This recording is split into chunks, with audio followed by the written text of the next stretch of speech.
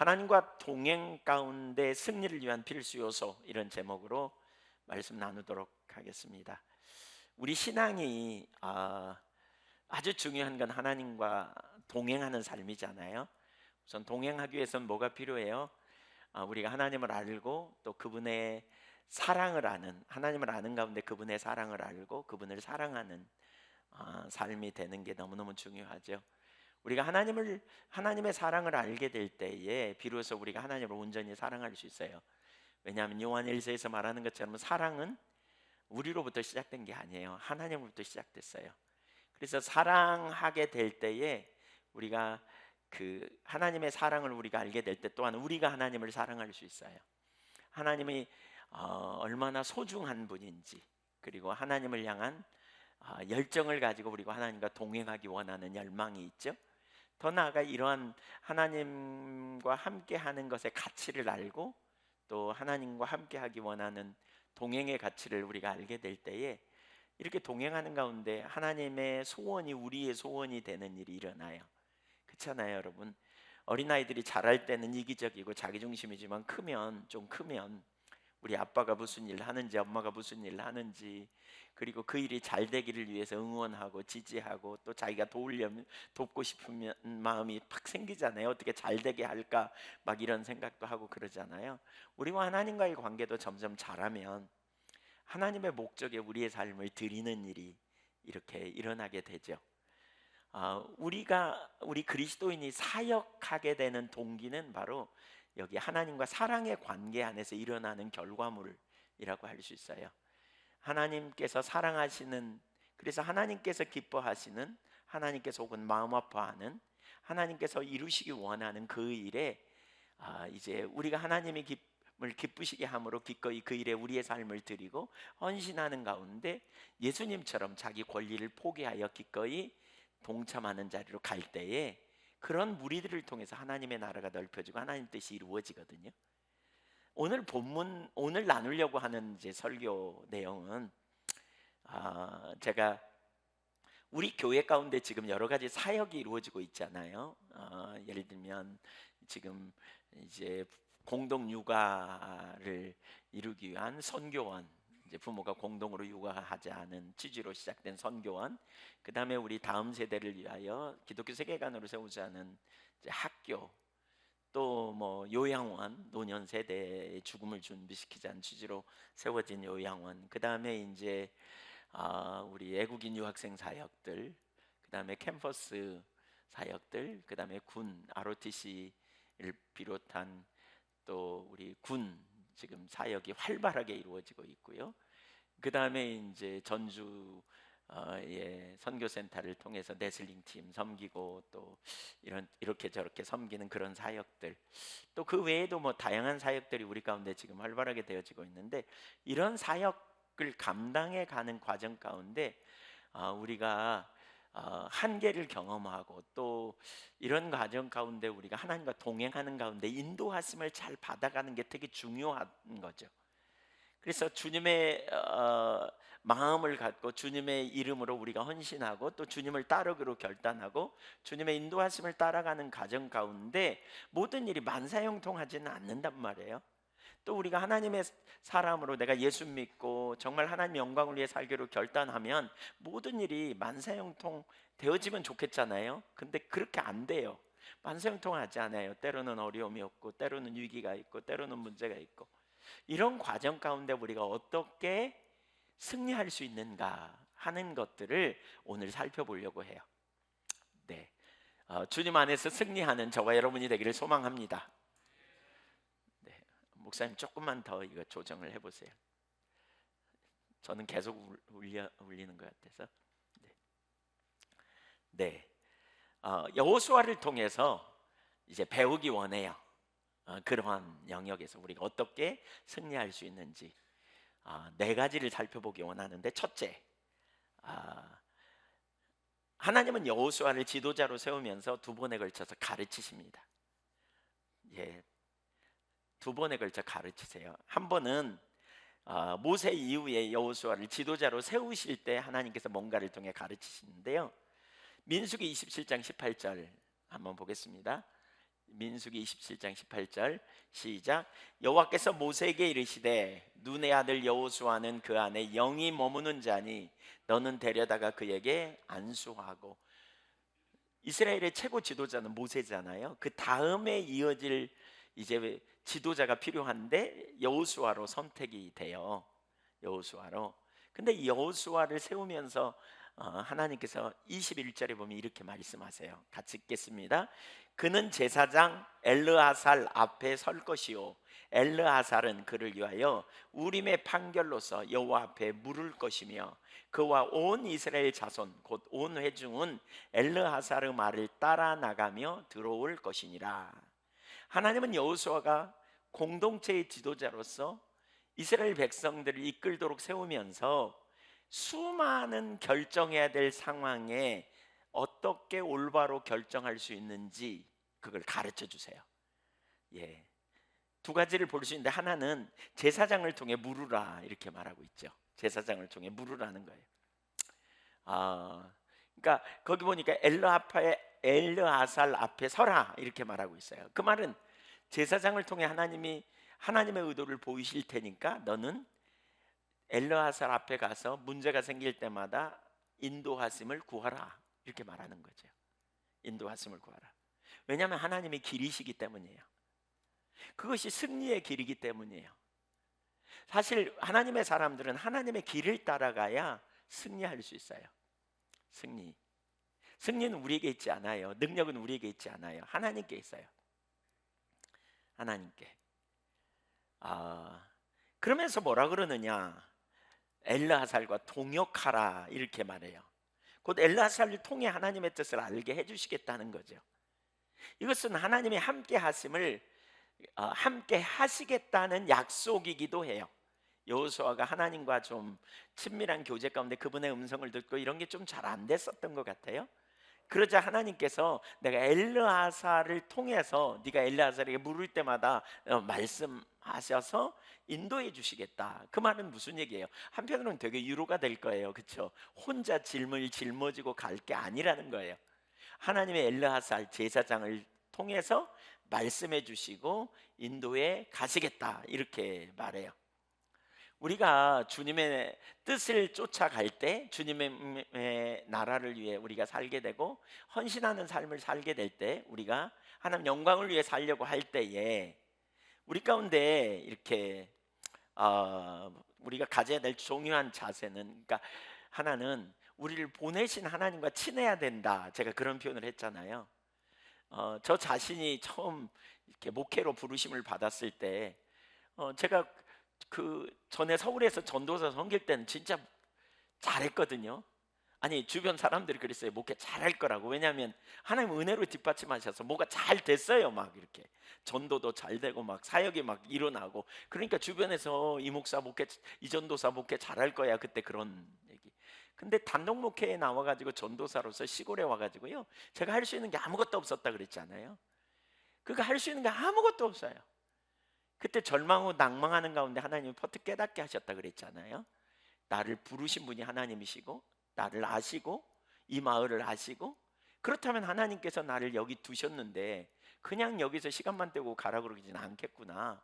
그러는 가운데 그 이사야 11장 2절에 보면서 2절에 하나님의 성령에 대해서 말하면서 모략과 재능의 신이라는 표현이 있는데 그 구절을 보니까 전략을 가지신 분이라는 말이더라고요.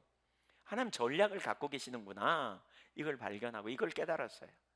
그래서 전략을 가지신 분, 그 전략을 가지신 분 앞에 하나님 앞에 길을 찾을 때 하나님이 길을 내시고, 그래서 전도가 되고, 전도됐지만 사람들이 알아듣지 못할 때 또 이들을 변화시키는 능력은 결국 하나님이 오셔야 된다, 하나님이 임하시지 않으면 이거 불가능하다라는 생각을 가지고 기도할 때 성령께서 임하셔서 그들의 삶을 변화시키는 역사를 경험했다 그랬잖아요. 그때 이후로 제가 깨달은 중요한 한 가지가 있다니까요. 우리가 하나님의 사람이라면 하나님과 친해야 돼요. 우리가 주님의 사람으로 살기 원하면 주님과 친해야 돼요. 네, 아멘 하세요. 네, 맞잖아요. 맞죠? 주님과 친하시기를 축복합니다. 나를 부르신 그분과 친하지 않으면, 주님이 우리를 부르신 것은 주님의 일을 하라고 부르셨는데, 주님이 나와 동역하자고 부르셨는데 내가 주님과 안 친하면 어떻게 되겠어요? 사실 그래서 주님과 친밀함이 필요해요. 주님의 뜻을 따라갈 때 가장 완전하기 때문에. 그래서 하나님께서는 여호수아와 친밀한 교제 가운데 있었고 모세와 그런 가운데 있었는데, 이 여호수아에게 또한 동역자를 붙이셔서 그 일을 하겠다는 거죠. 엘르아살. 우리는 주님의 뜻을 찾을 때, 때로는 자기 힘으로 자기 스스로 잘 알지 못할 때 우리는 동역자들과 함께 해야 돼요. 사역을 감당하면서 그래서 하나님이 우리에게 주신 동역자와 동행하는 게 얼마나 중요한지 몰라요. 그래서 지체 안에 함께 의논하고 또 하나님의 길을 찾고요, 하나님이 두신 사람 엘르아스를 찾아 나가는 거죠. 그래서 함께 상의하고 길을 찾고, 우리가 하나님이 맡기신 사역을 감당하는데도 혼자 안 돼요. 그래서 우리가 각 어떤 사역의 현장에 나가거나 어떤 우리가 맡겨진 일을 감당할 때, 예를 들면 군사역 할 때도 마찬가지고 외국인 유학생 사역 감당할 때도 분명히 한계를 경험하고 문제를 만나요. 그때 뭐예요? 그때 에이 안 되는구만, 그리고 짐 싸요, 그냥 정리해요, 그냥 주섬주섬. 그게 아니에요. 이런 상황에 하나님이 인도하셨다면 그분이 길을 갖고 계실 거다, 그러면서 길을 찾되 혼자가 아니에요. 함께 모여서 길을 찾는 이런 자세가 필요해요. 여기서 우리가 한 가지 좀 생각하고 넘어갈 게 있어요. 뭐냐면, 여러분 이런 질문이 생기지 않으세요? 왜 하나님이 여호수아를 세우셨다면 여호수아에게 왜 하나님이 먼저 미리 척척 길을 알려주지 않고 물으라고 그랬을까요? 그런 생각 안 드세요? 아니, 여호수아가 뭐 자기 유익을 위해 일하나? 지금 가나안 땅으로 사람들을 이끌어 들이는 것은 하나님이 오래전에 계획하셨고 의도하신 목적을 성취하는 일이잖아요. 그렇죠? 여러분, 주님의 영광을 위해 살기로 작정하시죠? 네, 그렇다면 주님의 영광을 위해 살기로 했으니까 주님이 필요한 순간에 우리에게 척척 말씀하시면 우리가 고민 없이 따라가면 되잖아요. 근데 왜 그렇게 안 하실까? 왜 찾으라 그러실까? 여호수아가 사실 어떤 사람이에요? 여호수아는 하나님의 일을 그러니까 하나님께서 당신의 일을 하는 그 종에게 뜻을 척척 보이시면 얼마나 좋겠냐고요. 근데 왜 안 보이시죠?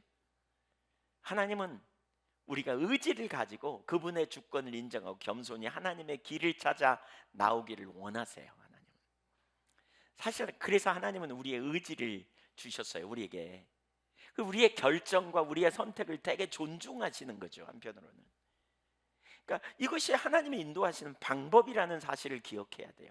그냥 척척 알려주시면 너무너무 좋겠지만 하나님은 하나님의 사람에게 나와서 길을 찾으래요. 물으래요. 하나님의 방법을 따르기를 원하는, 거기에 승리가 있기 때문에 그걸 찾아 나오라고 말씀하세요. 그래서 여러분, 때로는 우리가 주님의 길을 찾아 나가 시간을 갖고 주님 앞에 머무르는, 주님의 길을 찾는 이러한 자세를 우리는 가지셔야 돼요. 이게 하나님의 사람이 되는 비결이에요. 이렇게 하나님의 사람이 하나님께 쓰임받는 길에 설 수 있다는 거예요. 때로는 어떤 때는 그러기가 쉽지 않잖아요. 힘들기도 하죠. 그러나 반드시 우리가 그런 태도를 가져야 돼요. 두 번째로 하나님께서 여리고성을 향해 가는 길에 다시 한번 말씀하십니다. 여호수아가 어떻게 서야 하는지. 하나님은 여호수아를 통해 지금 유대한 일을 계획하고 계시거든요. 이스라엘 백성들이 오래전에 약속하신 가나안 땅으로 저들을 인도해 드릴 때 하나님이 여호수아를 지도자로 세우셨어요. 근데 그 지도자에게 하나님이 두 번째 주시는 말씀을 보세요. 여호수아 5장 13절 이해합니다. 여호수아 5장은 3장과 4장에서 이스라엘 백성들이 요단강을 건너 가나안 땅에 들어서자마자 하나님께서 두 가지 일을 하게 하시거든요. 하나는 할례를 행하라고 하시죠. 이 할례를 행하는 것은 굉장히 위험한 일이에요. 왜냐하면 적군이 앞에 있는데 거기서 할례를 행하는 것은 쉽지 않은 일이었어요. 두 번째로는 뭐죠? 유월절을 지킴을 통해서 그들의 정체성, 하나님의 은혜로 그들이 거기까지 왔다는 사실을 가르쳐 주시죠. 거기서 깨닫게 하시죠. 그런 다음에 13절부터 한번 읽습니다. 여호수아가 여리고에 가까이 이르렀을 때에 눈을 들어 본즉 한 사람이 칼을 빼어 손에 들고 마주 서 있는지라. 여호수아가 나아가서 그에게 묻되 너는 우리를 위하느냐 우리의 적들을 위하느냐 하니 그가 이르되 아니라 나는 여호와의 군대 대장으로 지금 왔는지라 하는지라. 자 보세요 여러분, 여기 여호와의 군대 대장이 왔어요. 이스라엘 백성들이 지금 여호수아와 이스라엘 백성들이 여리고 성을 향해 달려가고 침공하러 가고 있어요. 침략하러, 이제 빼앗으려고. 근데 여호와의 군대 대장이 와서 칼을 빼고 서 있어요. 그럼 뭐 하러 온 것 같아요? 정황상 뭐 하러 왔을까요? 네, 누구 편 되려고 왔어요? 당연히 여호수아 편이죠. 이스라엘 편 돼서 어떻게 해요? 이스라엘 백성들을 위해 싸우시겠다는 거잖아요. 그렇죠? 이게 굉장한 일이잖아요. 그러면 이제 여호수아가 물을 때 이렇게 묻거든요. 너 우리 편이야 적 편이야 이렇게 물어요. 누군지 몰랐을 때. 그랬더니 그가 뭐라 그러냐면 나는 여호와의 군대 대장으로 지금 왔거든 이렇게 말하면서 네 편이야 이러면 좋은데 뭐라 그러냐, 니더 그래요. 영어로 말하면 니더. 아니야 이렇게 말해요. 아니라.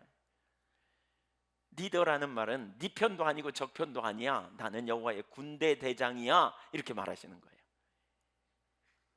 사실 이거 좀 아이러니하잖아요. 왜 이렇게 말씀하실까?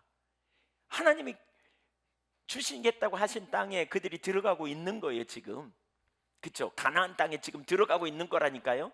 근데 아니래, 네 편도 아니고 적 편도 아니래. 그러면서 나는 여호와의 군대 대장으로 왔어 이렇게 말해요. 그랬더니 14절 계속 보세요. 여호수아가 얼굴을 땅에 대고 엎드려 절하고 그에게 이르되 내 주여 종에게 무슨 말씀을 하려 하시나이까 이렇게 딱 하죠.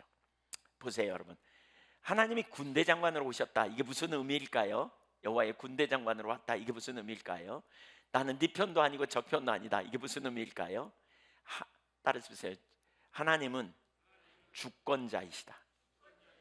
그러니까 하나님은 주권자라는 것을 가르치는 거예요 여기서. 당연히 이스라엘 편이죠. 그런데 그렇게 말하지 않아요. 나는 주권자야. 사실 사람들이 착각하는 것 중에 하나가 이거예요. 우리가 주님 믿으니까 주님은 당연히 우리 편이거니. 그런 자세를 취하면 뭐 하느냐? 사람들이 하나님을 자기 편 만들어 가지고, 그렇죠? 자기의 문제 해결이나 자기의 필요를 채우는 데만 급급하고요. 하나님 당연히 우리를 도우시고 자기 생각대로 하나님을 이용하려고 하는 그 자리에 머무르기가 얼마나 쉬운지 몰라요. 여러분, 하나님은 주권자세요. 그래서 과거에 이제 그런 예화가 있죠. 아브라함 링컨이 남북 전쟁 때 하루에 1시간씩 매일 새벽에 일어나서 4시부터 5시까지 기도했대요. 얼마나 기도의 열정이었는지 그 기도 시간에는 아무도 방해 못했대요. 그 부관이 어느 날 아브라함 링컨에게 그랬대잖아요. 대통령 각하께서 이렇게 열심히 기도하니까 우리 북군이 승리할 거라고 생각합니다. 그랬더니 링컨이 그랬대잖아요. 그렇게 생각하면 안 된다. 내가 기도하는 것은 하나님이 우리 편 돼서 우리를 이기게 해달라고 기도하는 게 아니고, 내가 새벽마다 기도하는 것은 우리가 하나님 편이 되어 싸우게 해달라고 기도하고 있다. 무슨 얘기예요? 하나님이 주권자라는 거예요. 여러분, 하나님 편이 되시기를 축복합니다. 우리가 그분 편이 되면 그분이 우리 편이 되시는 거예요. 주권자세요. 그분은. 많은 사람은 오해해요. 나와 하나님과 특별한 관계거든. 그러니까 하나님은 내 유익을 위해, 내 명예를 위해 내가 좀 잘못해도 내 편 들어, 너네 다 죽었어, 뭐 이렇게 생각해요. 그렇지 않아요. 그분이 주권자예요. 모세에게, 여호수아에게 지금 이걸 가르쳐요. 이걸. 내가 주권자야. 내가 주권자야. 내가 이 일을 주도하고 있어. 너는 뭐야? 종이야. 그래요. 그래서 15절에 여호와의 군대 대장 여호수아에게 이르되 네 발에서 신을 벗으라. 네가 선 것은 거룩하니라 하니 여호수아가 그대로 행하니라. 그 다음에 16절에 뭐가 있어야 될 것 같거든요. 근데 아무 일도 없어. 그냥 15절로 끝이야. 아니, 전쟁에 와가지고 여호와의 군대 대장이 와가지고 좀 여호수아에게, 그렇잖아요, 좀 구두끈을 단단히 매라 그러든가 신발끈을 잘 매라든가 아니면 전략을 알려주든가 뭐 이렇게 해야 될 것 같은데, 그냥 네가 선 땅은 거룩한 곳이니 너 신발 벗어, 그리고는 끝이야. 굉장히 중요한 의미가 있단 말이에요 이 구절에. 그건 뭐냐, 당시에 신발을 벗는 것은 종들이 벗었어요. 종들. 왜 신발을 벗게 했을까? 당시 문화에서는 금방 이해해요. 이것은 뭐냐면 당시 문화로 보면 너 나의 종이 돼야 돼. 너는 여호와의 종인 것을 기억해. 이렇게 지금 가르치는 거예요. 철저하게 하나님의 주권을 인정하여 종으로서 이렇게 가르쳐요. 14절을 보면 이미 여호수아는 그 자세를 가지고 있거든요. 14절에 그가 얼굴을 땅에 대고 엎드려 절하고 그에게 이르되 내 주여 종에게 무슨 말씀을 하려 하시나이까. 바로 이 태도를 가져야 된다는 거죠. 철저하게 처음부터 끝까지. 한번 따라주세요. 능력은 여호수아에게 있지 않다. 전쟁은 하나님께 속했다. 이걸 신뢰하라는 거예요. 이걸. 그러니까 우리가 주님을 의지하고 주님을 따라갈 때 우리가 절대로 철저하게 기억해야 될 게 우리에게 능력이 있지 않아요. 여호수아에게 능력이 있지 않아요. 그래서 하나님이 여호수아에게 그를 임금으로 그 지도자로 세우면서 주신 음성은 뭐냐? 하나님께 물으라는 거고, 지금 가나안 땅을 정복하는 첫 시작 지점에서 하나님이 그에게 말씀하신 바는 내 신발을 벗어라. 너는 철저히 종이 되라. 네가 할 일은 내 음성을 듣고 내 주권 아래 순복하여 내게 묻고 내 뜻을 따라 순종하는 거야 라고 가르치신 겁니다. 우린 당연히 하나님이 우리 편이 될 거라고 생각해요. 틀린 건 아니에요. 그러나 그분을 우리 뜻대로 조정할 수 있지는 않아요. 그분은 주권자세요. 우리가 주님의 영광을 위해 살겠다고 했기 때문에, 주님의 나라를 위해 헌신하고 살겠다고 결단했기 때문에 하나님이 우리 편이 될 거라고 여기면서 적당히 살아간다면 그건 절대로 합당하지 않은 거죠. 하나님을 여러분의 뜻에 맞추려고 하지 마세요. 그렇게 해야 되지도 않고요. 그러나 그런 생각은 버리세요. 애시당초. 우리는 그분의 통치 아래 들어가고요, 그분의 뜻을 알기를 구하며 그분의 길을 따라 살아가야 될 믿음의 종들이 되어야 합니다. 아멘. 우리 예수를 믿는다는 건 뭐예요? 예수를 믿고 나서 우리의 신분이 어떻게 바뀌었냐? 어둠에서 벗어나 빛 가운데로 가게 되고 사탄의 나라에서 하나님의 나라로 옮겨졌다 그랬어요. 사단의 나라에 들어갔다는 말은 그분의 사단의 통치 아래 있었다. 죄의 통치 아래 있었다. 이 세상적 가치관의 통치 아래 있었다. 그런데 이제 누구의 통치? 하나님의 통치 아래로 옮겨졌다.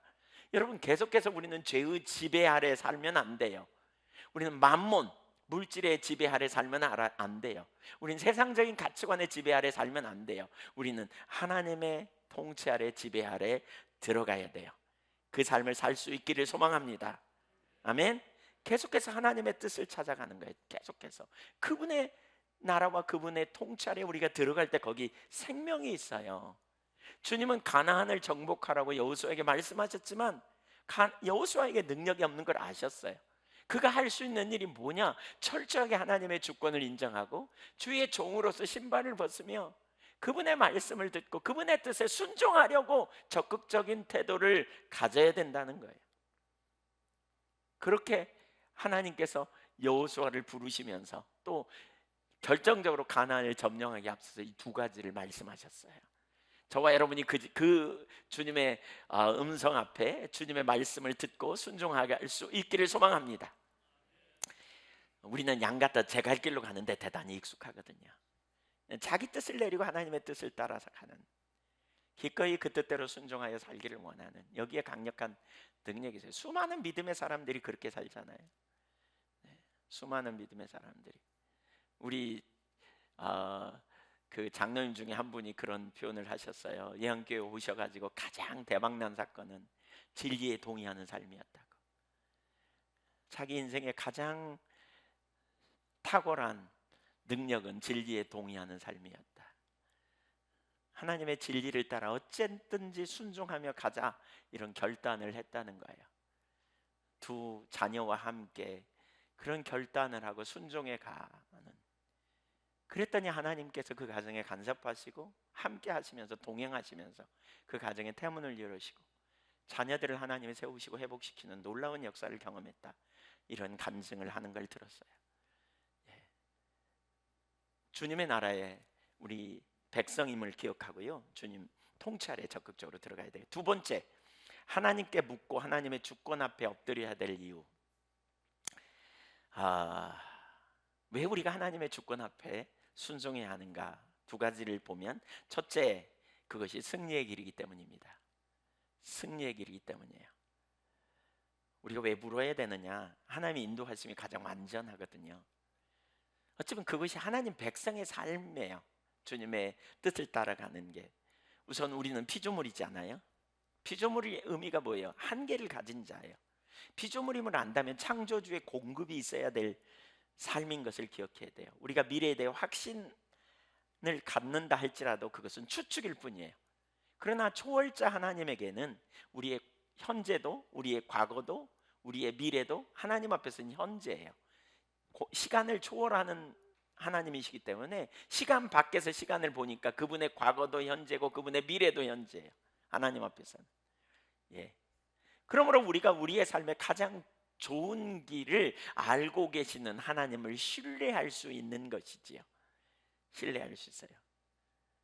이사야 55장 8절에 보면 이는 내 생각이 너희의 생각과 다르고 내 길은 너희의 길과 다름이니라 여호와의 말씀이니라. 이는 하늘이 땅보다 높음 같이 내 길은 너희의 길보다 높으며 내 생각은 너희의 생각보다 높음이니라 그랬어요. 그래서 하나님은 여호수아에게 물으라고 하는 거예요. 우리 인간이 아무리 지혜롭고 아무리 똑똑해도 우리 인간의 지혜는 한계가 있어요. 우리 인간의 지혜는 어떤 수준 이상을 벗어날 수가 없어요. 우리는 아무리 똑똑해도 오늘 아는 것까지 전부예요. 한 시간 후에 무슨 일이 일어날는지 우리는 모르지 않아요. 그렇죠? 그래서 그 하나님께서 이스라엘 지도자로 여호수아를 세우면서 가나안으로 인도하면서 그 자신에게 전략이 있지 않다는 걸 가르치는 거죠. 예. 우리가 이걸 기억해야 돼요. 보세요. 우리를 사람들이 뭐라고 부르냐면 그리스도인이라고 그래요. 그리스도인. 따라서 보세요. 그리스도인. 그리스도인이 뭐예요? 무슨 말이에요? 그리스도를 믿는 사람 또는 그리스도를 따르는 사람 또는 그리스도 안에 있는 사람, 이런 의미예요. 그리스도인은 반드시 두 가지를, 가장 기본적으로 두 가지를 기억해야 돼요. 하나는 뭐냐면 우리가 육신을 가진 연약한 존재라는 걸 기억해야 돼요. 우리가 피조물이라는 거예요. 그리스도인이 된까지 우리가 무슨 일이 우리의 삶에 일어났냐면 모든 인간이 죄를 범했고 하나님의 영광에 이르지 못하게 되었어요. 그래서 정말 끊임없이 빨아도 끊임없이 나오는 구정물이 나오는 것 같은 그런 걸레 같은, 그게 인간의 모습입니다. 이거 동의 안 할 수도 있어요. 하실 수 있는 분은 있겠지만 안 할 수도 있어요. 왜냐하면 아직 잘 몰라서 그래요. 알면 그렇게 동의할 수밖에 없는 거예요. 끊임없이 우리가 얼마나 심각한 죄인인지. 근데 그런 인간을 사랑하신 하나님께서 당신의 놀라운 은혜로 우리가 도무지 구원받을 여망이 없는 그 순간에 독생자를 세상에 보내시고 그 독생자를 십자가에 내어주셔서 저와 여러분의 모든 죄를 깨끗게 하셨잖아요. 그래서 하나는 우리는 완전한 소망이 없는 자였지만 다른 한편으로 예수 그리스도가 우리의 유일한 소망이고 우리의 유일한 능력이 됨, 이걸 분명히 아는 게 그리스도인이에요. 이렇게 구원받은 우리가 이후에도 계속 그래요. 우리가 구원받은 다음에 능력이 우리에게 있지 않잖아요. 여전히 우리는 한계를 가진 인생이고 여전히 우리는 어떤 때는 무능하고 어떤 때는 우리가 상대적으로 좀 열등의식을 가질 수밖에 없는 그런 상황과 환경이 우리 속에 여전히 있단 말이에요. 그러나 그리스도인은 이제 자기 한계 아래에서 무능한 한계 속에서 살아간 사람이 아니에요. 그 순간에 뭐예요? 나를 사랑하사 나를 위하여 자기 자신을 버리신 하나님의 아들을 신뢰하는 거예요. 그 아들이 우리에게 지혜가 되시고 그 아들이 우리에게 의로움, 거룩한 구원이 되시고 아들이 우리에게 원더풀 카운셀러가 되시고 그 아들이 우리에게 방패가 되시고 그 아들이 우리에게 길이 되시고 그 아들이 진리가 되시고 그 아들이 생명이 되셔서 우리는 그 아들을 신뢰하는 믿음 안에서 살아가는 거예요. 그 아들을 알지 못하고 그리스도인으로 살면서 어떤 사람은 우리 인간의 능력이 100이라고 쳐보세요. 그 어떤 사람은 한 99쯤 돼요, 그 능력이. 그러면 어떻겠어요? 엄청 자부심 갖고 워르십 갖고 잘 나가겠죠. 그 분야에서. 그러면 자부심 갖고 워르십 갖고 나는 이만하면 내가 나보다 더 나은 사람 나와보라 그래, 뭐 이럴 거예요. 상대적으로 한 50쯤 된다고 쳐보세요. 99 있는 사람 앞에 50쯤 되면 얼마나 기죽겠어요. 열등의식에 빠지고 내놓을 게 한 개도 없다, 뭐 이렇게 살아가는 게 보통 인간의 세상이에요. 예. 그러나 우리 그리스도인은 달라요. 우리 그리스도인은 우리가 능력이 99쯤 되었다 그러면 야, 하나님이 내게 능력을 주셨다, 하나님이 내게 지혜를 주셨다. 하나님이 내게 은혜를 주셔서 내가 이렇게 산다. 너무 감사하다. 이렇게 말할 뿐만 아니라 그 사람의 능력이 한 50쯤 된다. 어떤 사람의 능력이. 그러면 이 사람은 거기서 절망하지 않아요. 그래서 나에게는 예수님이 필요하다. 그분이 나의 지혜가 되시고 그분이 나의 능력이 되시고 그분의 능력을 힘입어서 우리가 살아가는 거죠. 그분의 능력. 그래서 자부심과 우월의식이나 절망하는 삶을 살지 아니하고 전적인 은혜로 우리를 구원해 주신 하나님을 의지하여 그 능력을 의지하여 살아가는 사람.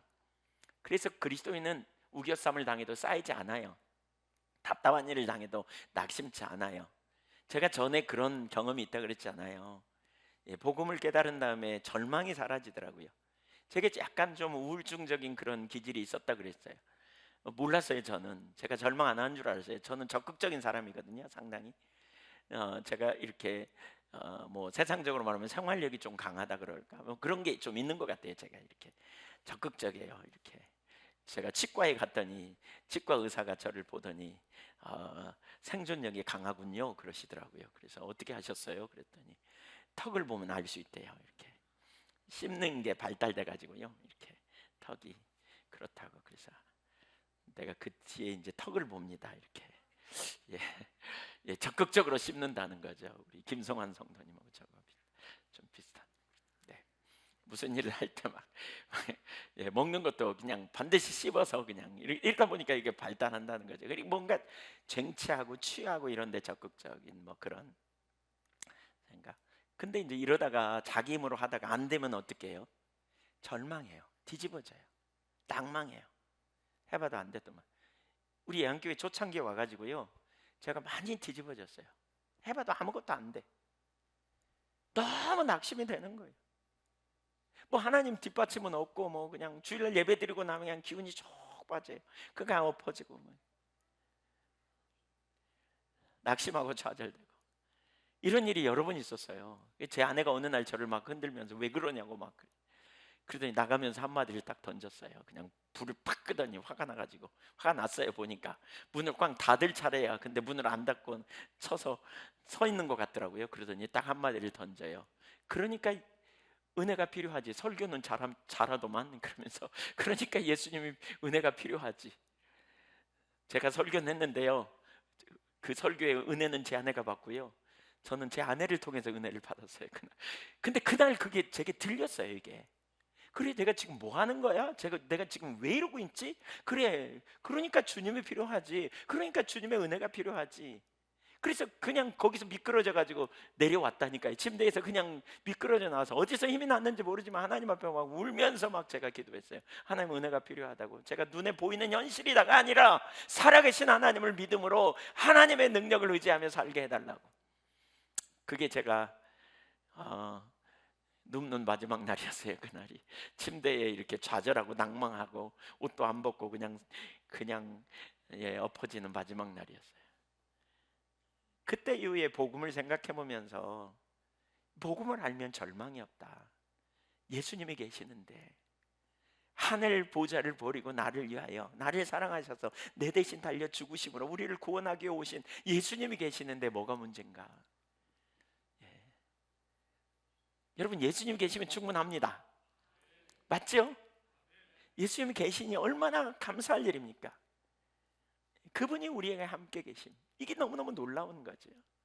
놀라운 거죠. 문제 가운데 우리가 절망하지 않고 믿음으로 주님을 신뢰하고 일어서는 거예요. 믿음의 뒤에 온전케 하시는 예수를 바라보자 그랬잖아요. 왜요? 그분이 우리의 능력이에요.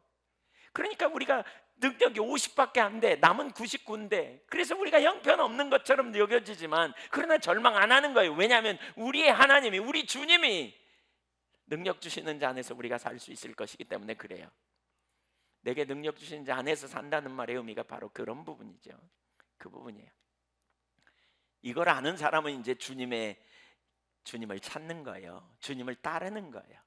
그래서 그리스도인은 그리스도를 힘입어 살아가는 사람이고요, 그리스도를 따르는 사람이에요. 때로는 그리스도를 따르는 길이 쉽지 않아요. 어려워요. 이해가 안 돼요. 납득이 잘 안 돼요. 하나님이 이스라엘 백성들을 인도에 갈 때, 애굽에서 불러내서 인도에 낼 때 왕의 대로 평탄한 길이 있었거든요. 거기 가다 보면 적당한 시간 적당한 데 가면 물도 얻을 수 있고, 적당한 자리에 가면 좀 뭐 이렇게 뭐죠? 그 오아시스도 있고, 그래서 거기 가는 데는 그렇게 어렵지 않아요. 그때 하나님은 전혀 다른 길, 엉뚱한 길로 갔단 말이에요. 홍해로 인도하시고요, 광야로 데리고 갔단 말이에요. 거기 가다가 죽을 뻔했어요. 그런데 왜 하나님이 그리 인도해요? 그렇게 가다 보면 어떤 때는 그게 맞아요? 정말 하나님 인도하심이 오라? 뭐 이렇게 혼돈을 경험할 수도 있죠. 그러나 하나님은 실수하지 않으세요. 완전하세요. 때로는 이해할 수 없는 환경처럼 이해돼요. 근데 이때, 바로 이때 우리가 누구를 선택할 것인가를 택하는 거예요. 하나님의 사람은, 따라주세요, 하나님을 따르는 사람이다. 하나님의 사람은 하나님을 따르는 사람이다. 그리스도인은 주님을 따르는 사람이에요. 예. 나의 갈 길 나가도록 예수 인도하시니, 이 찬양이 있잖아요. 나의 갈 길 나가도록 예수 인도하시니, 내 주 안에 있는 긍휼 어찌 의심하리요. 바로 그런 순간에 필요한 게 뭐예요? 믿음으로 사는 자는 하늘 위로 받겠네. 무슨 일을 만나든지 만사형통하리라. 무슨 일을 만나든지 만사형통하리라. 그 믿음의 정체가 뭐예요? 하나님은 선하신 분이에요. 가장 기본적인 하나님에 대한 이해, 하나님은 선하신 분이에요. 그리고 그 하나님이 나를 위해 독생자를 아끼지 않고 내놓으셨고, 그 하나님이 전능하신 분이고, 그 하나님은 전지하신 분이고, 우리는 이 하나님을 신뢰하는 거예요. 하나님의 말씀이 분명하면 거기에 생명이 있어요. 내가 그 길이라 그랬어요. 그 길을 따라가면 주님, 생명 되신 주님이 우리를 기다리고 우리와 동행하시면서 승리케 하십니다. 주님을 찾고 구할 수 있기를 축복합니다. 하나님의 길에만 승리가 있어요. 두 번째로, 하나님께 승리의 전략이 있어요. 전략. 보세요, 여러분, 전략이 있어요. 사역을 감당할 때 한계를 만나도 전략은 주님께 있어요. 인생을 살아가면서 어떤 문제, 난관을 만날 때도 전략이 하나님께 있어요. 그래서 우리가 하나님께 귀를 기울이는 게 되게 중요해요. 되게 중요해요. 여호수아 3장에서 요단강을 마주할 때, 이제 요단강을 건너야 되는데 어떻게 건너야 하지? 이런 생각을 가질 수 있잖아요. 근데 하나님께서 전략을 주십니다. 3장 8절 이하에 보면 언약궤를 메고 들어가라 그래요. 제사장들에게. 너희가 요단을 물가에 이르거든 요단에 들어가라, 이렇게 말해요. 제가 성지순례 가보니까 지금 요단강은 한 5m도 안 돼요. 5m 정도밖에 안 돼요. 그러니까 좀 수영 잘하는 사람들, 그리고 들어가 보니까 그렇게 막 목을 넘거나 그러지 않아. 왜냐하면 세례 받는 사람들 가는데 보니까 그렇게 막 깊지 않아요. 그냥 물이 별로 안 흘러가지고. 그러니까 물이 깊었다 할지라도 누구 한 사람이 가서 수영해가지고 줄 하나 던져갖고 잡아서 이렇게 자꾸 건너가면 될 수 있어요. 어린 아이들도 다 건너갈 정도일 거예요. 근데 그 당시에는 수십 미터였다는 거죠. 물이 많이 내려오는 홍수 시기예요. 말하자면 오늘날로 말하면 장마철 같은 그런 시기에. 그래서 물이 많아. 여기를 어떻게 건너가요? 배를 만들어야 되나? 뗏목을 만들까? 아니면 돌아갈까? 별 생각 다 할 수 있잖아요. 근데 하나님이 내신 방법은 간단해요. 뭐라 그래요? 예, 언약궤를 메고 들어가래, 제사장이. 그랬더니 물이 섰어요. 너무너무 놀라운 일이 일어난 거예요. 여호수아 6장에 가면 이제 여리고성을 어떻게 점령하는지 볼 수 있거든요. 6장 2절 이하를 거기는 한번 읽어볼까요? 그 성을 둘러 성 주위를 매일 한 번씩 돌되 6동안을 그리하라. 제사장 7은 7 양나팔 잡고 언약궤 앞에서 나아갈 것이요, 7째 날에는 그 성을 7번 돌며 그 제사장들은 나팔을 불 것이며, 제사장들이 양각 나팔을 길게 불어 그 나팔 소리가 너희에게 들릴 때에는 백성은 더 큰 소리로 외쳐 부를 것이라. 그리하면 그 성벽이 무너져 내리리니 백성은 각기 앞으로 올라갈지니라 하시매. 네, 결국 어떻게 해요? 성이 무너집니다. 여러분, 여리고는 지구상에서 가장 낮은 지역이 있어요. 해발 몇 미터 그러잖아요. 근데 이 바다보다 낮아. 400m인가 430m인가 이렇게 낮아요. 그러니까 가장 낮은 지역에 있어요. 그 팔레스틴 땅은 그 주변은 다 뭐냐면 사막 지역이거든요. 그 풀도 별로 없고 물도 별로 없겠죠. 헐몬산에서 흘러 만년설이, 거기 눈이 와서 만년설이 흘러가지고 갈릴리 바다로, 그러니까 호수로 흘러 들어가서 그 물이 흘러가지고 사해로 가는 중간에 이제 그 거의 끝에 이게 있어요, 이 여리고가. 그러니까 따뜻하죠, 열매 풍성하죠, 물 풍성하죠, 좋은 땅이에요, 한마디로 말하면. 그 롯이 소돔 땅 바라봤던 소돔 있던 그런 지역이니까 좋았겠죠, 그렇죠? 아주 풍성했겠죠. 그러면 여러분, 이런 좋은 땅에는 서로 좋은 땅인지 알기 때문에 서로 살고 싶어 하잖아요. 그러다 보니까 전쟁이 많이 일어났어요. 거기서 되게 많이 전쟁이 일어났어요. 그러니까 전쟁이 많이 일어난 지역에서 사는 사람은 전쟁을 많이 겪어봤고, 그래서 강한 군사고, 또 그 성은 얼마나 견고했을지 생각해 보세요. 근데 그 성을 점령하는 거 이거 쉽지 않아요. 이스라엘 백성들은 노예 생활하고 광야에서 40년 동안 유리방황하던 사람들인데 어떻게 그 전쟁을 잘 치를 수 있겠어요? 근데 그 전쟁에 하나님이 주도권을 가지고 말씀하시니까, 하나님이 내신 그 길이 뭐냐면 하루에 한 바퀴씩 돌고 제7일째 7바퀴 돌고 외치라는 거잖아요. 그럼 무너질 거라고. 실제로 그 성이 무너진 역사를 체험했어요. 너무나 놀라운, 너무나 놀라운, 이게 실제로 일어난 상황이에요. 어마어마한 사건이 일어난 거지 않아요. 어쩌면 황당무계한 일이에요. 황당무계예요. 그러니까 황당무계함을 통해서 오히려 이스라엘 백성들은 하나님을 경험할 수 있었던 거죠. 사실 우리가 주님을 따라가면서 주님의 말씀이 주판을 튀겨가지고 계산기 두드려서 답이 나올 상황이라면 주님 말씀 따라가는 거 아주 쉽다고요. 어렵지 않아요. 그런데 보통 주님 따라가는데 되게 어려운 이유가 뭐냐면 그분의 말씀은 예측 가능하지 않아요. 우리의 계산으로 답이 안 나오기 때문에 어려운 거예요. 보통 그렇기 때문에 쉽지 않아요. 하나님 뜻이 무엇인지 알아도 순종하는 일이 어려운 이유는 그 말씀을 따라 순종하는데 많은 유언 부담이 감수되고, 또 그렇게 해갖고 되겠나 뭐 이런 생각이 우리 머릿속에 왔다 갔다 하기 때문에 쉽지 않은 거예요. 근데 이스라엘 백성들이 이런 승리를 경험했어요. 여호수아는. 그뿐만이 아니에요. 7장에 갔더니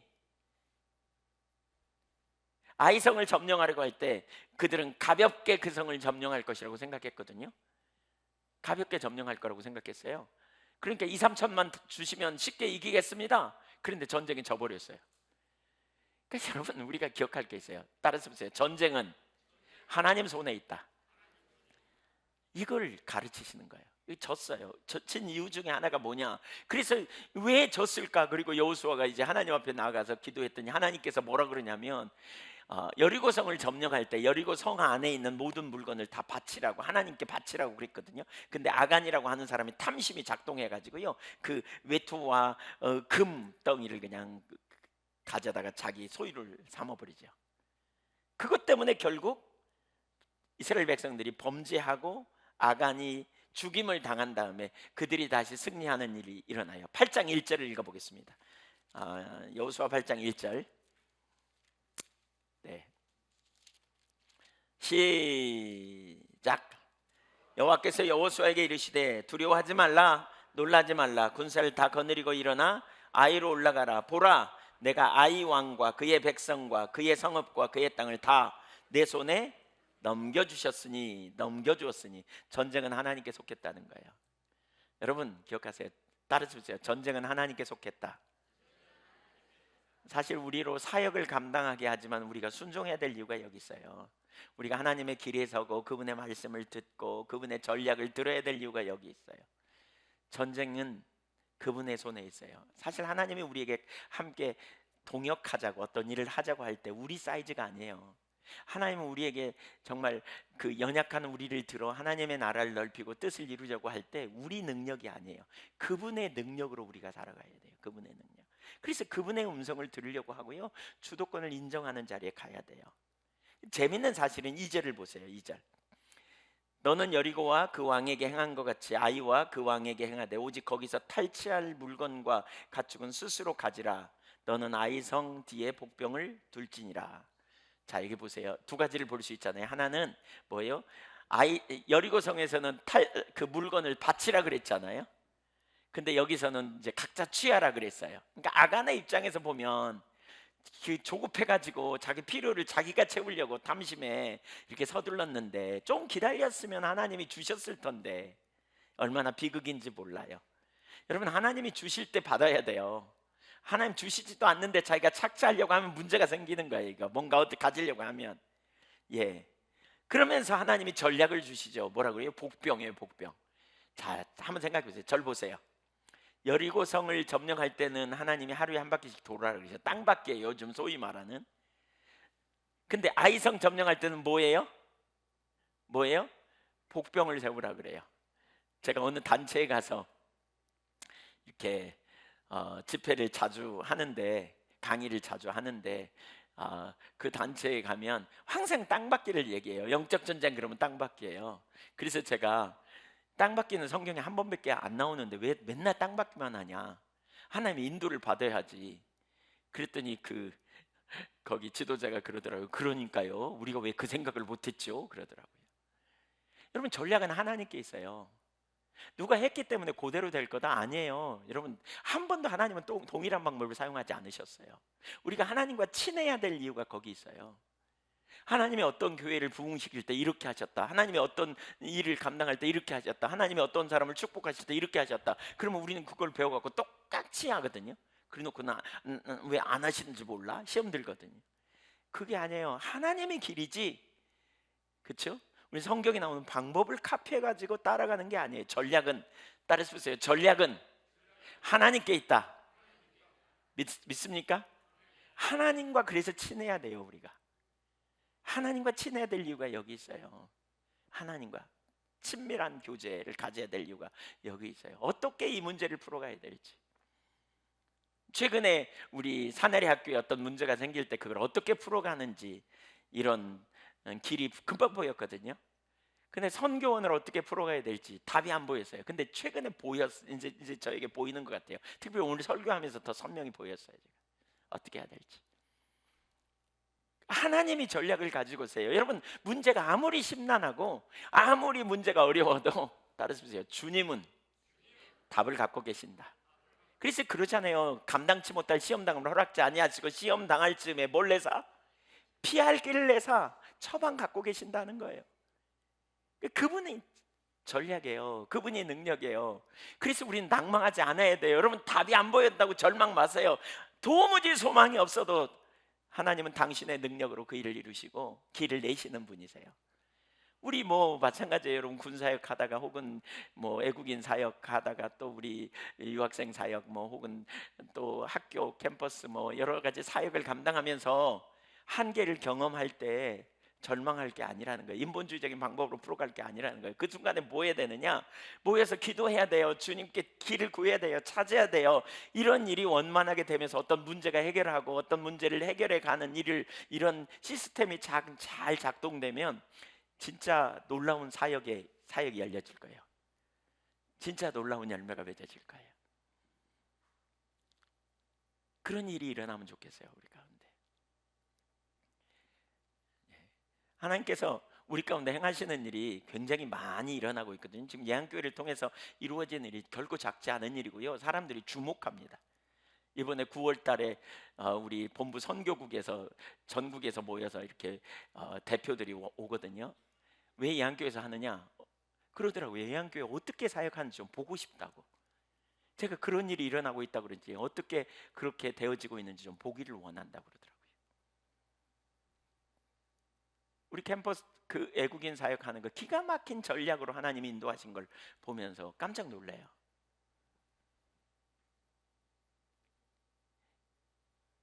그러니까 그 사역들이 더 넓혀지고 구체화되려면 계속해서 앞서 행하시는 하나님과 친밀한 교제 가운데 음성을 듣고 인도하심을 받고 계속 따라가야 된다니까요.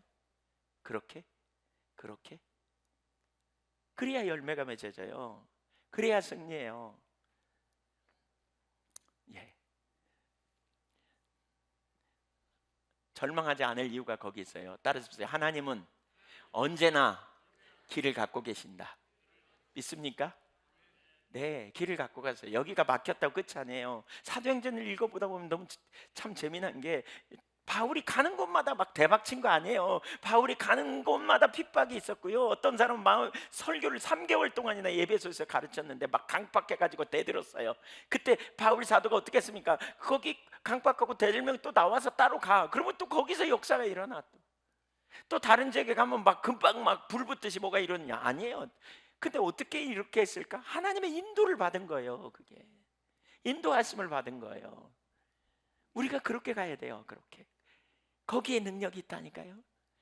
너무너무 놀라운 것은 주님이 전략을 갖고 계시다. 저는 이게 얼마나 신나는지 모르겠어요. 주님이 전략을 갖고 계시다. 예, 전략을 갖고 계시다. 네, 다 경험하면 좋겠어요. 세 번째, 여호수아의 실패. 그런데 여호수아가 실패해요. 우리가 여기서 이제 많이 배워야 돼요. 여호수아 9장에 보니까 여호수아가 결정적인 실수를 해요. 이 부분에서 히 족속 중에 기브온 주민이 있었어요. 사람들이 있었어요. 근데 이들이 이제 이스라엘 백성들에 대한 소문을 막 들을 거 아니에요. 그들이 그 홍해를 건넜대.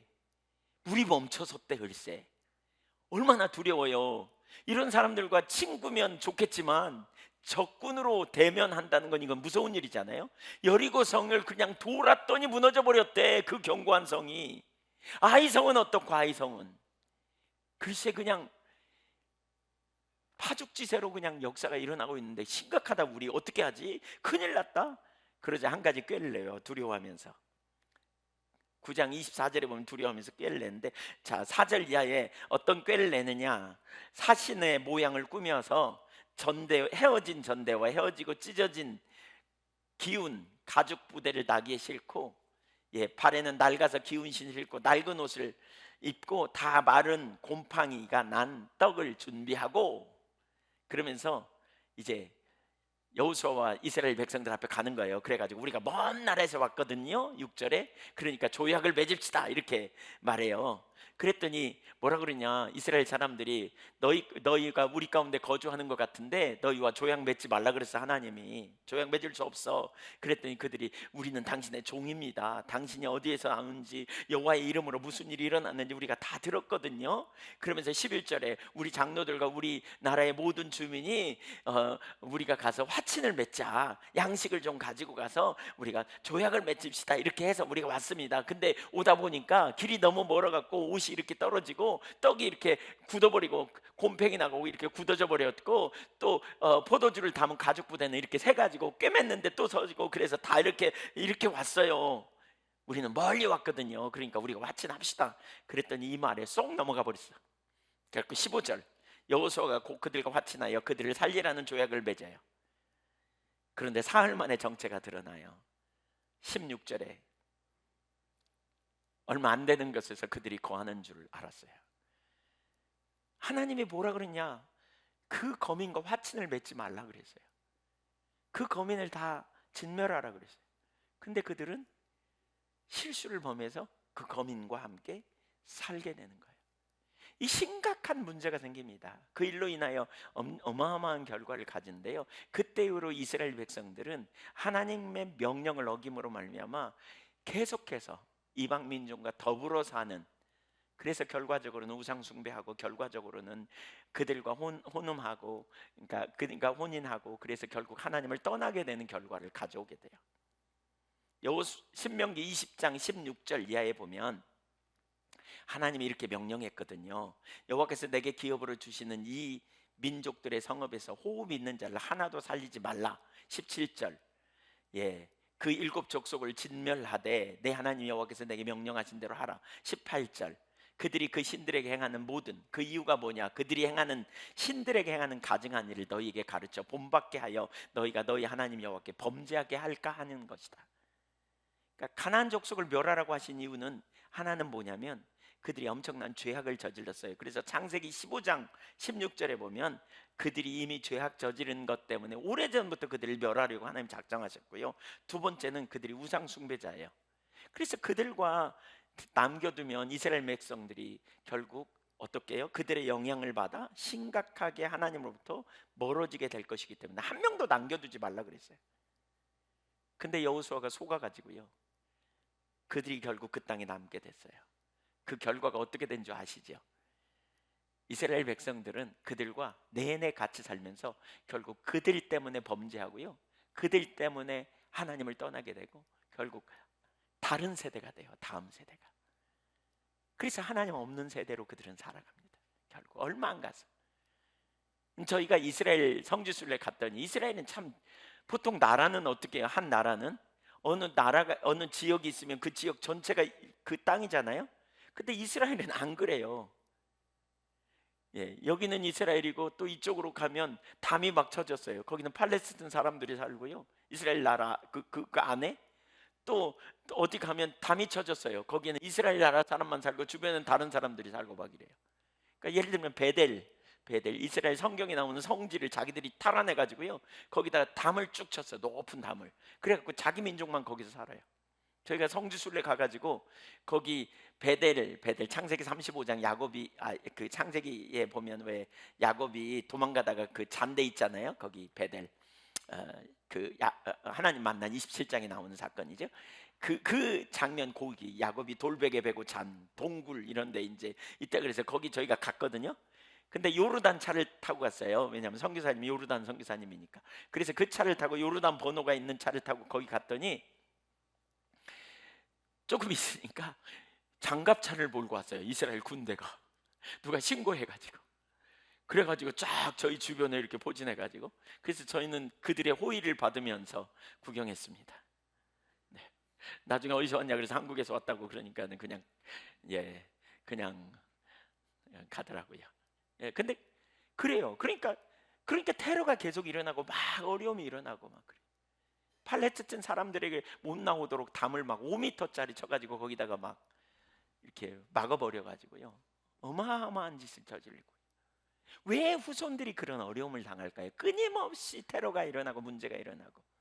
국경이 딱 쳐져 있다면 절대 그렇지 않았겠죠. 근데 혼합되어 있다니까요. 그러니까 끊임없이 문제가 일어나요. 왜 그랬을까요? 저는 그 시초가 여호수아의 이 실패로 인한 결과라고 봐요. 이런 일들. 그러니까 여러분은 한 번의 결정이 얼마나 중요한지 몰라요. 두 번째는 지도력에 심각한 타격을 입습니다. 18절 읽어볼까요? 그러나 회중 사람 족장들이 이스라엘의 하나님 여호와로 그들에게 맹세했기 때문에 이스라엘 자손이 그들을 치지 못한지라. 그러므로 회중이 다 족장들을 원망하더니. 하나님이 여호수아를 지도자로 세웠는데요, 한몫에 자기 지도력을 깎아먹는 그런 일을 했어요. 그 다음에 지도력을 행사하기가 결코 쉽지 않았을 거예요. 지도력이 정말 중요한 상황인데 지도자는 불신으로 어떻게 전쟁을 잘할 수 있겠어요?致命적인 일이 일어난 거죠. 우리가 잘못된 결정. 여러분 지도자잖아요. 가정에서도 또 여러분의 삶의 현장에서도 그런 지도자적인 역할을 감당하는 자로서 원망 들을 만한 결정, 잘못된 결정을 하지 않을지. 한 번의 결정이 평생을 좌우한다, 이런 그 텔레비에 나온 어떤 광고 문구 우리가 들은 적 있으시죠? 잘못된 결정이 얼마나致命적인 결과를 가져오는지. 세 번째, 그 결과는 더 심합니다. 부메랑이 되어서 돌아왔습니다. 20절 볼까요? 여호수아 9장 20절. 우리가 그들에게 맹세한 맹약으로 말미암아 진노가 우리에게 임할까 하노니 이렇게 행하여 그들을 살리리라 하고. 기브온 사람들은 결국 살렸어요. 이스라엘과 함께 동행하며 살게 됐어요. 그래서 그들을 죽이면 진노가 올까 염려했다 그랬잖아요. 근데 염려했던 일들이 실제로 일어납니다. 그로부터 400년 후에 사울이 이 언약을 무시하고 기브온 사람들을 학살하거든요. 그래서 3년 동안 기근이 와요. 사무엘하 21장 1절을 제가 읽어볼게요. 다윗의 시대에 해를 거듭하여 3년 기근이 있으므로 다윗이 여호와 앞에 간구하매 여호와께서 이르시되 이는 사울과 피를 흘린 그의 집으로 말미암음이니 그가 기브온 사람을 죽였음이니라 하시더라. 기브온 사람 그 속아가지고 맹세를 함으로 말미암아 이제 그들을 죽이는 것이 하나님의 뜻이 아니게 돼버린 거예요. 근데 사울이 죽였어요. 그래가지고 이걸로 말미암아 이스라엘 백성들이 3년 동안 기근이 왔고요, 이 문제를 가지고 하나님 앞에 기도했더니 하나님이 이걸 죽인 사건 때문에 그렇다. 그러자 다윗이 기브온 사람들을 모아가지고 이 일을 어떻게 하겠냐 그랬더니 사울의 후손 중에 7명의 유력한 사람들을 데려다 달라고, 우리가 그들을 죽이겠다고. 실제로 그 일이 일어난 다음에 그 진노가 풀려 그 일이 회복되거든요. 반복적으로 우상 숭배하게 되고 하나님을 떠나게 되는 이런 결정, 사실 그 여호수아의 단 한 번의 결정이 얼마나 심각한 결과를 가져왔는지 여러분 보십시오. 여호수아와 그 리더들이 잘못된 결정을 한 이후부터 그 세대뿐 아니라 다음 세대를 잃어버리는 일이 시편 106편 34절 이하에 보면 나와요. 그들은 여호와께서 멸하라고 말씀하신 그 이방 민족들을 멸하지 아니하고 그 이방 나라들과 섞여서 그들의 행위를 배우며 그들의 우상들을 섬김으로 그것들이 그들에게 올무가 되었도다. 40절 41절 읽어보죠. 시작.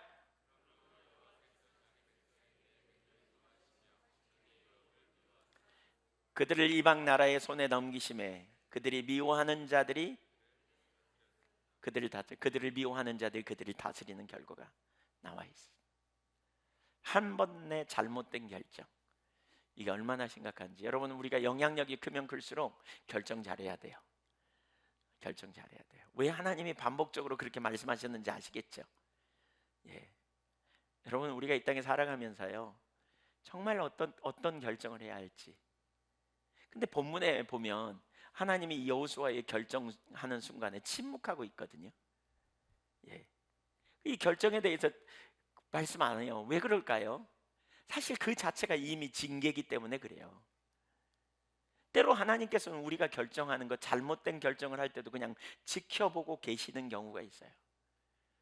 어떤 데는 안 그렇지만 어떤 데는 그냥 두세요. 왜 그럴까요? 우리의 실수도 허락하시는 거죠. 그냥 그런 상황을 통해서 절박하게 깨닫고 돌이키게 되는, 빚어가시는 일을 이루시는, 그 일을 하시는 거예요. 네, 그렇다고 하나님께서 잘못된 결정까지 지지하실 거라는 생각은 버려야 돼요. 우리는 그래서 잘 결정해야 돼요. 따라서 잘 결정합시다. 옆에 사람한테 한번 얘기해 주세요. 잘 결정합시다. 믿음으로 합시다. 하나님의 길을 선택하는 거예요. 하나님의 길. 하나님의 길이 뭔지. 예, 우리가 선택해야 될 수많은 선택이 있죠. 돈을 따라 선택하거나, 또는 인간적인 생각을 따라 결정하거나, 또는 때로는 전문가의 의견을 들어 우리가 결정하기도 해요. 전문가의 생각을 따라 결정하면서 그것이 옳은 것처럼. 근데 그 한 번의 결정이 우리 가운데 어떤 상황으로 갈지 우리가 생각해 봐야 돼요. 그리고 그 결정에는 책임이 따르기 때문에요. 부모로서 자녀를 위해 잘 결정해야 돼요. 또는 우리가 결혼에 대해 할 때도 그런 부분 당연히 잘 선택해야 되겠죠. 어떤 일을 선택할 때 어떻게 할 것인가. 우리는 피조물이에요. 우리는 그리스도인이에요. 그리스도를 믿음으로 선택해야 돼요. 그리스도 안에서 선택하는 믿음의 종들이 다 되기를 소망합니다. 마지막 네 번째, 여호수아가 실패한 이유 14절입니다. 왜 실패했는가? 여호수아 9장 14절 읽어봅니다. 시작. 무리가 그들의 양식을 취하고는 어떻게 할지를 여호와께 묻지 아니하고. 이유가 뭐예요? 묻지 않았대요. 하나님께 묻지 않았어요. 그냥 눈에 보이는 대로 행한 거예요. 그들이 가져온 양식을 그냥 받았어요. 예. 그들이 가져온 뭔가 뇌물을 그냥 받은 거예요. 그리고 묻지 않고 결정했어요. 이게 결정적인 문제예요. 하나님의 사람들이 어떻게 살아야 될지 하나님은 여호수아에게 2번이나 말씀하셨어요. 넌 주권자가 아니야. 넌 종이야. 너는 능력이 아니야. 네가 길을 알고 있지 않아. 너는 종으로 서서 음성을 듣고 순종하고 따라와. 내가 할 거야. 우리가 예수님을 주님이라 그러잖아요. 예수님이 주인님, 예수님을 주인님으로 믿는 거예요. 우리는 죄의 통치 아래 있는 자가 아니에요. 우리는 세상의 통치 아래 있지 않아요. 우리는 하나님의 통치 아래 있는 자예요. 예수님이 우리의 길이세요. 그래서 그분을 따라가야 승리가 있어요. 그분을 따라가야. 맞습니까? 그렇다면 한 가지를 이제 좀 살펴보고 마칠 건데, 왜 묻지 않았을까요? 왜 묻지 않았을까요? 왜? 우선 하나는 그거 같아요. 왜 묻지 않았냐? 여러분에게 여쭤볼게요. 여러분은 하나님의 길을 묻는 데 익숙합니까? 묻지 않고 결정하는 데 익숙합니까? 묻지 않고 결정하는 게 익숙해요. 이게 우리 인간의 그냥 기본적인 본능이에요. 저도 사실 되게 많이 그런 자리에 가더라고요. 묻지 않고 막 결정해요. 묻지 않고 어떤 일을 결정할 때 그냥 이렇게. 그래서 참 제가 하나님 앞에 오늘 이 본문을 대하면서도 제가 되게 통회하고 진짜 철저하게 내가 이렇게 서야 되겠다는 결단을 했거든요. 정말 하나님 앞에서. 그리고 하나님 진짜 기대가 되더라고요. 하나님 행하실 일이. 예. 아마 어쩌면 자기 확신에 빠져 있을 수도 있고요. 다른 말로 말하면 교만한 마음이 있기 때문에 묻지 않은 거예요. 하나님이 인식하지 못한 거죠, 그 순간에. 우리가 교만하면 나타나는 현상 중에 하나는 자기 확신이에요. 자기를 과신해요. 그래서 물으려고 하지 않아요. 자기가 할 수 있다고, 자기 생각이 옳다고 굳게 믿기 때문에 그래요. 근데 여호수아 9장 1절을 보세요. 왜 그러는가? 9장 1절 한번 볼까요? 이렇게 말하고 있습니다. 예, 많이 읽지 않을 거예요. 이 일 후에, 네, 여기까지만 읽으려고요. 이 일 후에 무슨 일이 있었냐? 이 일 후에 무슨 일이 있었는지는 알아요. 기브온 사람과 화친해 버렸어요. 이렇게 묻지 않고. 그럼 그 일이 무슨 일이 있었나? 그동안 하나님과 관계가 깨졌는가? 그동안 아마 나쁜 짓을 했겠지, 8장에. 뭐 이렇게 우리가 생각할 수 있어요. 안 그래요. 그러니까 그 앞의 일이 하나님께 묻지 않은 일에 영향을 미쳤다고 봐야 돼요. 그렇죠? 그럴 수 있겠죠? 들어보고요. 들어보고 대답하려고요. 그럴 수 있겠죠? 네, 그럴 수 있어요. 그러면 그 앞에 무슨 일이 있었냐면 두 가지 사건이 있어요. 그 중에 하나는 여리고성 점령하는 거, 아이섬 점령하는 거, 요단강 건넌 사건, 다 놀라운 승리를 이룬 사건이에요. 하나님이 그들과 함께하면서 정말 놀라운 승리를 경험했어요. 그들의 마음이 기뻤을까요? 안 기뻤을까요? 말로 표현할 수 없을 만큼 기뻤을까요? 흥분했을까요? 그들은 야, 정말 하나님 말씀대로 하시는구나. 진짜 하나님은 위대하시구나. 아마 신났을 거예요. 정말 하나님은 우리와 함께 하시는구나. 너무너무 가슴이 뛰고 흥분했을 거예요. 이 일 한 가지 사건이 있었다고 볼 수 있고요. 두 번째로는 무슨 일이 있었느냐? 8장 30절 이하에 보면 약속의 땅에 가서 하나님께서 말씀하신 대로 여호수아와 이스라엘 백성들이 에발산에서, 신명기 27장에서 말씀했던 대로 에발산에서 하나님께 제사를 드리고 율법을 낭독하고 모세의 명령을 그들이 들었습니다. 즉 하나님의 말씀에 순종하고자 하는 진지한 자세로 에발산에서 축복의 메시지를 그리고 그 하나님의 명령에 순종하는 것이 얼마나 복된가를 들었습니다. 34절 35절을 읽어보겠습니다. 그 후에 여호수아가 율법책에 기록된 모든 것대로 축복과 저주하는 율법의 모든 말씀을 낭독하였으니, 모세가 명령한 것은 여호수아가 이스라엘 온 회중과 여자들과 아이와 그들 중에 동행하는 거류민들 앞에서 낭독하지 아니한 말이 하나도 없었더라. 자 보세요. 그들은 말씀을 많이 들었어요. 말씀을 들으면서 이런 생각을 들었을 거예요. 야, 진짜 하나님 말씀대로 이루시는 분이구나. 야, 진짜 하나님은 놀랍구나. 야, 진짜 하나님은 승리하게 우리를 승리로 인도하시는 분이구나. 진짜 내가 하나님 말씀대로 살아야 되겠다. 우리가 하나님 말씀대로 살기를 결단합시다. 막 이랬을지도 몰라요. 아마 말씀의 사람이 되기를 결단했을 거예요. 보세요. 그들은 하나님의 전략으로 승리를 경험했던 사람이고요. 그 다음에 말씀의 사람이 됐어요. 말씀을 그들은 다 들었어요. 말씀을 듣고요, 말씀대로 순종하기를 그들은 결심했어요. 그 성경에 보면, 거기 보면 예를 들면 33절 후반절에 보면 명령한 대로 함이었더라 이렇게 말했어요. 명령한 대로 했대요. 말씀을 하나도 남기지 않고 다 낭독했더라 그랬어요. 어떻게 보면 그들은 하나님의 사람으로서 가나안을 정복할 준비가 된 사람들이에요. 은혜 많이 받은 사람들. 그런데 그 다음에 엉뚱한 잘못을 저질렀어요. 이게 무서운 일이에요. 이제 그 다음에 실패했어요. 그 다음에 아마도 자기들은 잘하고 있다고, 하나님께 잘 인도하고 있다고, 승리케 하실 거라고, 우리는 이제 말씀의 사람이라고 이렇게 자부심을 가졌을지도 몰라요. 그럴 가능성이 충분해요. 그렇죠? 네, 동의하세요? 우리가 근데 진짜 조심해야 될 순간은 바로 그런 순간이에요. 가장 놀라운 은혜를 받은 다음에 조심해야 돼요. 이건 뭐 이들만의 얘기가 아니잖아요. 베드로도 그렇게 말하잖아요.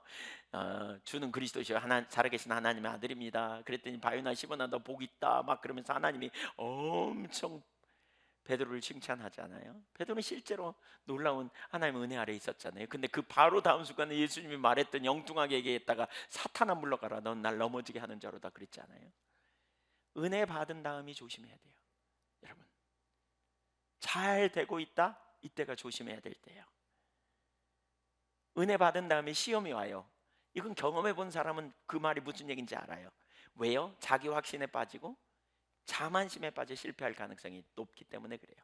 그래서 고린도전서 10장 12절에는 선줄로 생각하지 말라 넘어질까 조심하라 그랬어요. 선줄로 생각하지 마라. 뭔가 됐다고 여기지 마라.